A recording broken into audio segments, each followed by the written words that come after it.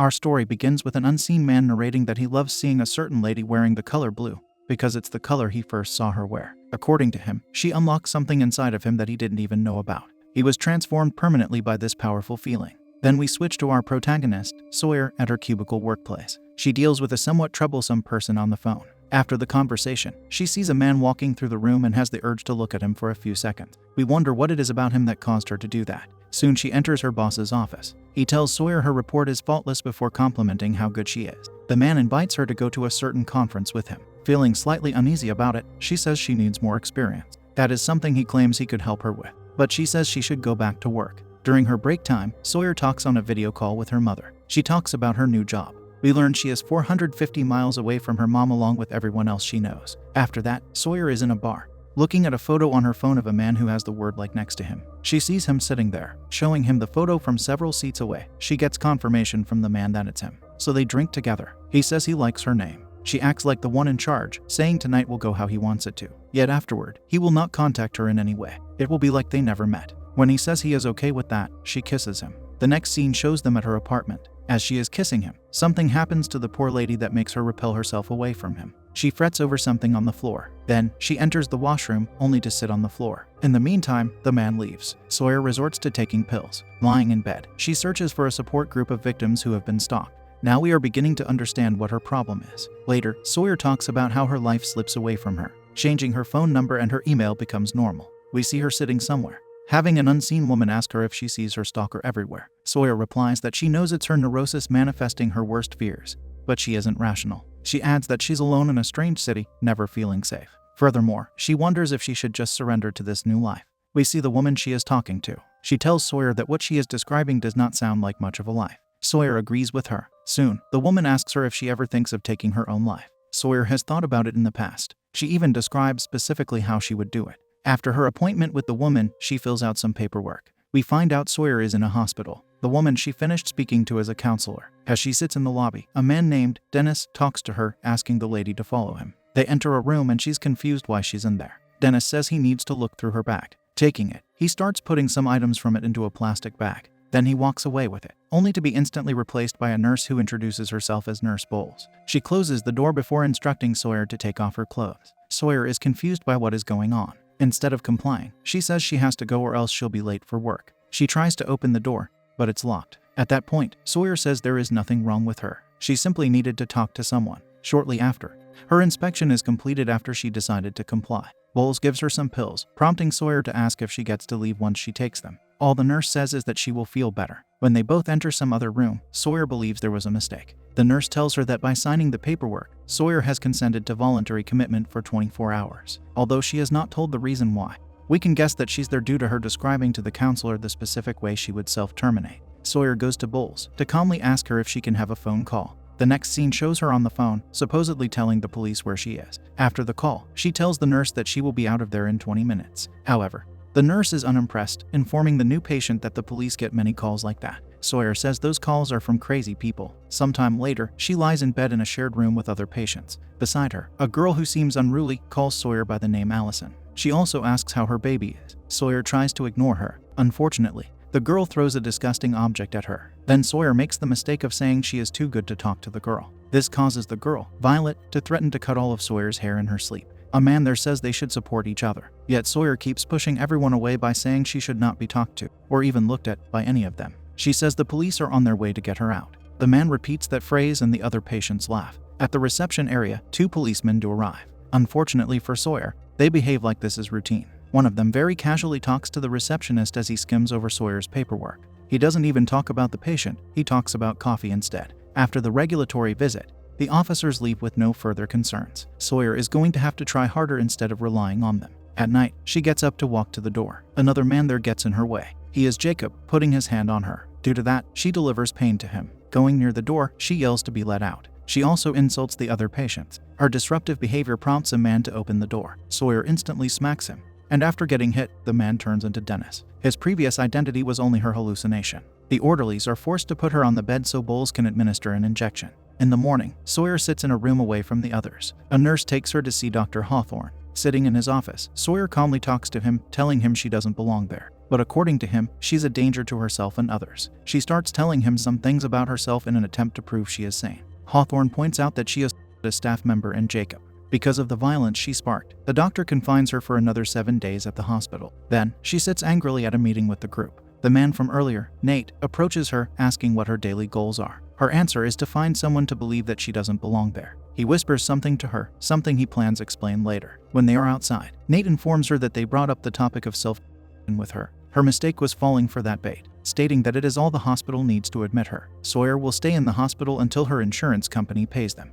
That's how business works there, Nate explains. It seems like Nate knows what's really going on in this place. As they walk in the hallway, he tells her it's not that bad. If she befriends the right people, her life could be much easier. Nate advises her to neither make scenes nor enemies. If she has any questions, she should look for him. Afterward, we see the patients lined up to take their medication. Once it's Sawyer's turn, she stands there, looking at the man providing them. He is the one whom she perceived as Dennis earlier. The lady tries to come to her senses, but this time, her perception doesn't feel like a hallucination. She tells him he can't be anywhere near her. The Boston police have a record of her restraining order on him. His ID card states his name to be George, yet Sawyer yells that his name is David. She points out that he is her stalker, who even broke into her house. She can't believe he followed her all the way from Boston. The man argues he's never been there. Sawyer demands to call the police to have him arrested. Unlucky for her, Bowles says her phone privileges have been suspended. Then, she gets escorted to her bed again for her bad behavior. Lying restrained, she gets a visit from Nate, who tells her she didn't listen to a word he said. He warns her that if she keeps this up, she will spend her time in the basement.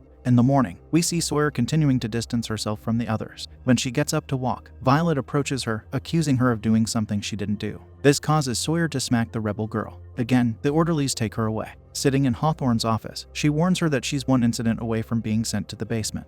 That is the place of solitary confinement. Sawyer tries to have him understand that her stalker is there, having acquired a job at the hospital. She nervously talks to him and all he says is he's adding certain medication to her. Of course, this angers her because she just mentioned a predator being there. However, he responds by merely wanting her sedated. During lunch, she joins Jacob along with Nate. The moment she does, Nate gets up to leave. The man is most likely disgusted with her non-compliant behavior. The next time she sees George or David, whatever his real name might be, he tells Sawyer that he's sorry if he did anything to upset her. After she takes her medication, she gives him a vulgar insult. In turn, he stealthily shows her a letter containing her mom's name. Sawyer creates more disruption by yelling that he's been to her mother's house to steal her mail. Alas, the orderlies inject her again. At a different time, she goes outside and sees Nate there. She asks to use his cell phone, which she knows he has because she saw him use it before. The newcomer doesn't care if he has it, as long as he lets her use it. She warns him that if he does not comply, she will tell everyone he has a phone. Once she promises to not call the police along with offering to do something indecent for him,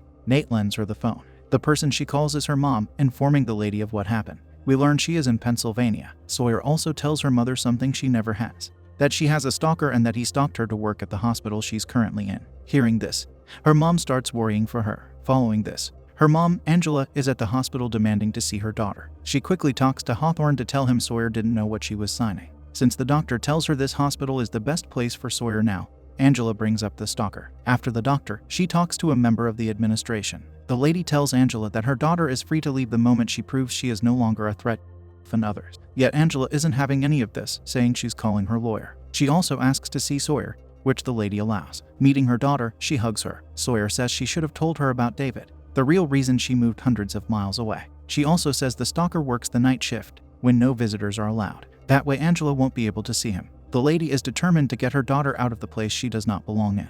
Before leaving, she says she will be back with an army of officers along with lawyers. The next scene shows Angela at the police station, where things don't seem to be going how she imagined them to be. One officer tells her they can't do anything unless she has proof that a crime has been committed. As she drives her car, she listens to what her lawyer says. Unfortunately, the news from him regarding Sawyer being held unwillingly is not much better than what the policeman gave her. During medication time, Sawyer is surprised to see David working in the daytime. He puts an extra pill in her cup before giving it to her. After she takes them, we see her losing her mind alone in a room. She creates a highly disruptive scene. Of course, the orderlies are forced to take her away. Subsequently, we see Angela in her motel room. Someone knocks on her door. The man identifies himself as a maintenance worker. She opens the door, and he is none other than David. Unfortunately, she doesn't know what her daughter's stalker looks like. After that, we see Bowles telling David that Sawyer got a pill she should not have received. She urges that it can't happen again, for if it does, they could all lose their jobs. With those cautionary words said, Bowles follows them by telling David he is a gift from God because he is at the hospital for long hours.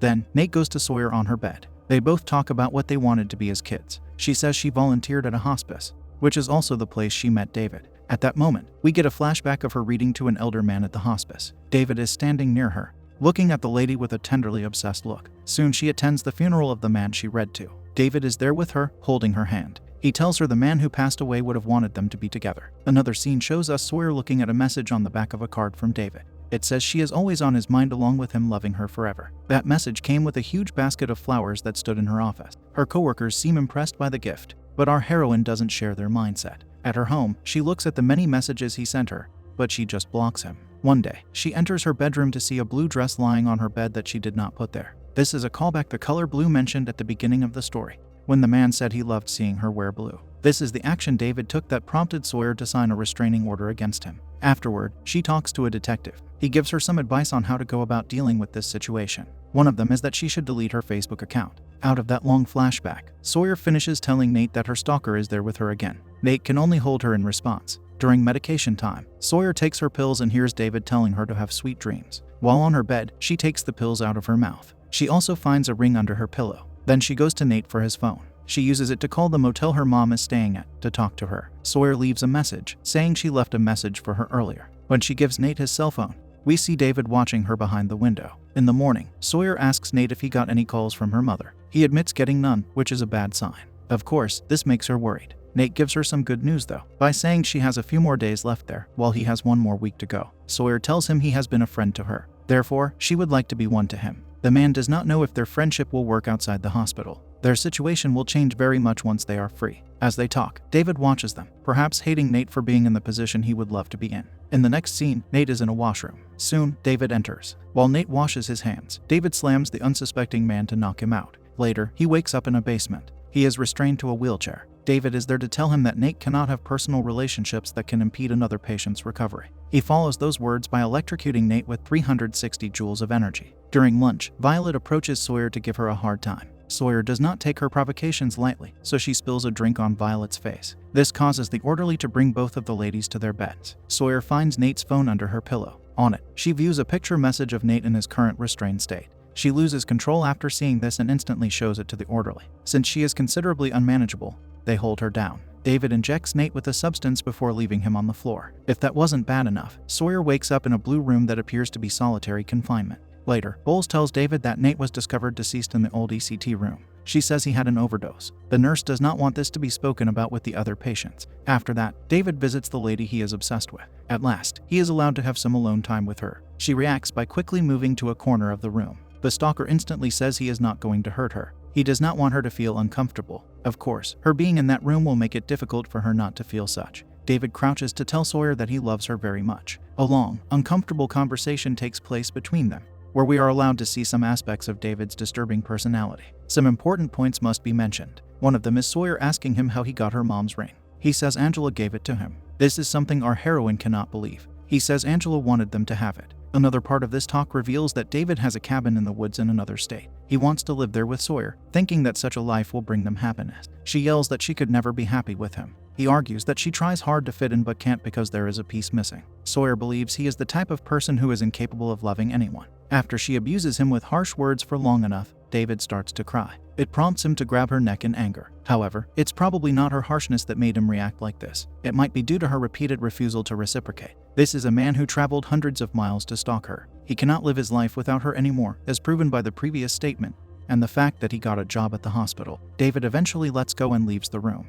Then, we see some orderly finding Nate's notebook. Somewhere outside, a jogger discovers a person buried in the dirt. Soon, the police show up to take the person out. Nate's notebook has made it to the administrative lady we saw Angela speak with. She tells the man who brought it to her that he did the right thing. Back in Sawyer's confinement, David visits her with what he knows to be her favorite breakfast. She starts eating the food and even thanks him for it. The man seems to have done at least one thing right. Sawyer tells him she's not used to people being this considerate of her. David claims to know everything about her. She says he cannot keep her there indefinitely. People will be looking for her. Sawyer talks to him calmly for a while, inquiring how he expects their life together to work. David does not give satisfactory answers, but he does offer something tempting, a way out of the hospital. He says there is a back door that leads into the woods. They could exit right now if she wants to. What Sawyer wants is for him to let her go. He gets on his knees to say she would just go back to her old life that way. Sawyer is interested to know if he has ever been with anyone else. She does not want her to be his first one. Loving only her, David doesn't want to do that. Yet she convinces him that it must be done. Switching briefly to the police station, we learn the person who was unearthed from the ground is George, the man whom David stole his ID from. Back at the hospital, David manages to bring Violet into solitary confinement. With her there, Sawyer commands David to be intimate with the girl. The stalker obeys the lady he loves, so he throws himself at Violet. Before it gets ugly, Sawyer tells him to stop. She gets on top of the rebel girl to tell her that she probably didn't want Sawyer to hate her. She thinks Violet merely wants to be noticed. Then Sawyer kisses her. As she does, she takes a homespun blade from Violet's pants, one that she showed Sawyer on her first night there. She instantly uses it to stab David in the neck. This allows the fierce lady to escape that room. Unlucky for Violet, David takes her life. We watch Sawyer run along the hospital halls until she finally exits the building. She hides somewhere, but the worst person appears behind her and slams her down. After an unknown amount of time, our poor heroine wakes up in the trunk of a car. It is the maniac who is driving it. Sawyer opens a plastic bag in there that contains her deceased mom. David hears her scream. Fortunately, she gets the trunk to open and jumps out from the moving car. Thankfully, any injury she may have acquired from that is not severe enough to prevent her from running. At the hospital, Bowles turns on the TV to see Nate get mentioned. She learns that he was sent to the hospital due to rumors of patients being committed there unwillingly. The man was a journalist. Following this, the police arrive at the hospital with a warrant to search it. Meanwhile, Sawyer runs in the woods until she trips, allowing David catch up to her. He slams her lower leg with a hammer to prevent her from running. She is feigning being unconscious, with him talking to her in that state. He says there were so many things he wanted to say to her. Now it will be different, for there is no one to get in their way. David lies beside her, saying it would be perfect for them to have a daughter with Sawyer's lovely features. At that moment, she takes out a sharp object from her pocket to stab David in the eye. Then, she uses Violet's blade to take her stalker's life. The man who has been ruining her life will ruin it no more. If anything will remain, it will be the post-trauma that he created. After all that, we observe more lawmen entering the hospital. One official finds Nate's notebook in the drawer of the administrative lady's desk. Because she kept it to herself, she gets handcuffed. 6 months later, Sawyer is in a restaurant with her friend. She looks ahead to see a man who looks like David. This prompts her to worry. She goes behind this man and hears him say that he can spend the rest of his life with a certain girl. When he turns around, Sawyer sees he isn't David. She drops the knife she was holding prior to exiting the restaurant. She looks back at the place in confusion mixed with fear. We can only hope that she will recover from her trauma.